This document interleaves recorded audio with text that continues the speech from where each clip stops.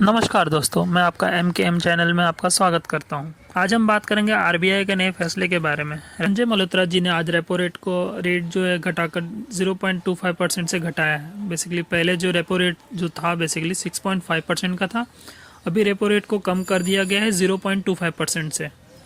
ये क्या है, इससे आपकी जेब पे क्या असर पड़ेगा और मार्केट में क्या चेंजेस आएंगे, सब कुछ सिंपल शब्दों में समझेंगे।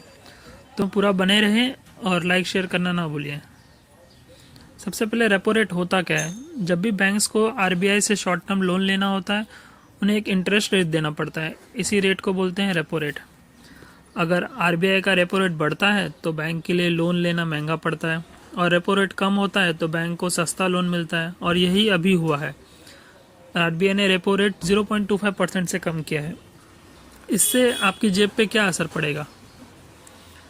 अब आप सवाल आता है, इसका आम आदमी यानी आप, मैं और मेरे जैसे लोगों पर क्या असर पड़ेगा।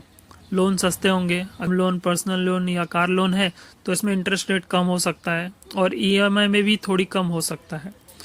बिजनेस लोन पे क्या असर पड़ेगा। नए बिजनेस या एक्सपांशन के लिए लोगों के लिए अच्छी न्यूज़ है, क्योंकि उनके लिए फंडिंग सस्ता हो सकता है। ये एफडी वालों के लिए मतलब बुरी खबर हो सकती है, नुकसान हो सकता है।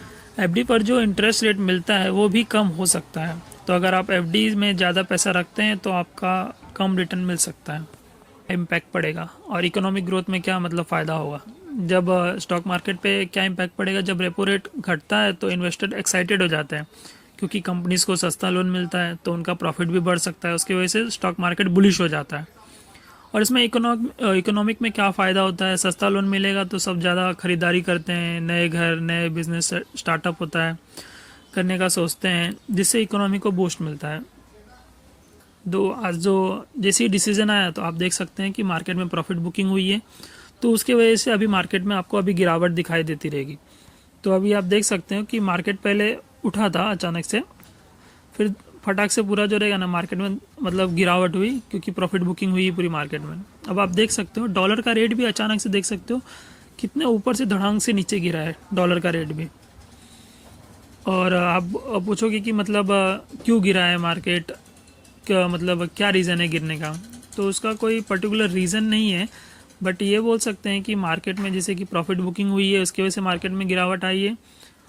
और स्पीच देते हुए जैसे कि रेट कट की बात की, उन्होंने ये भी बोल दिया कि मतलब ऐसा मत सोचिए कि मतलब अभी रेट कट हो रहा है तो बार बार रेट कट होगा।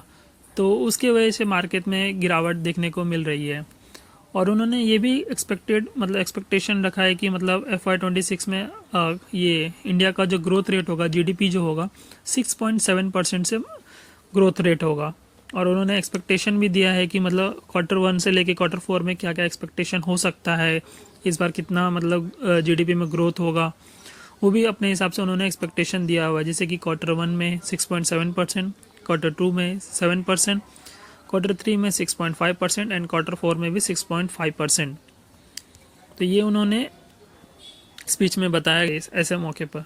अगर आप लोन लेने का सोच रहे हैं तो ये अच्छा समय हो सकता है, क्योंकि इंटरेस्ट रेट कम हो गया है। अगर आपके पास एफडी है तो आपका फाइनेंशियल प्लान दोबारा देखना चाहिए, क्योंकि इंटरेस्ट रेट और घट सकता है। अगर आप इन्वेस्टर हैं तो स्टॉक मार्केट पर नज़र रखें, क्योंकि रेट कट के बाद कुछ स्टॉक रैली कर सकते हैं, जैसे कि जो कंपनी होम लोन प्रोवाइड करती है। तो दोस्तों, आपको ये रेपो रेट कट का एनालिसिस कैसे लगा। कि अगर आपको ये वीडियो पसंद आया तो लाइक कीजिए, शेयर कीजिए, और इन्फॉर्मेशन कंटेंट के लिए चैनल को सब्सक्राइब कर दीजिए। मैं मिलूँगा आपको अगले वीडियो में। धन्यवाद।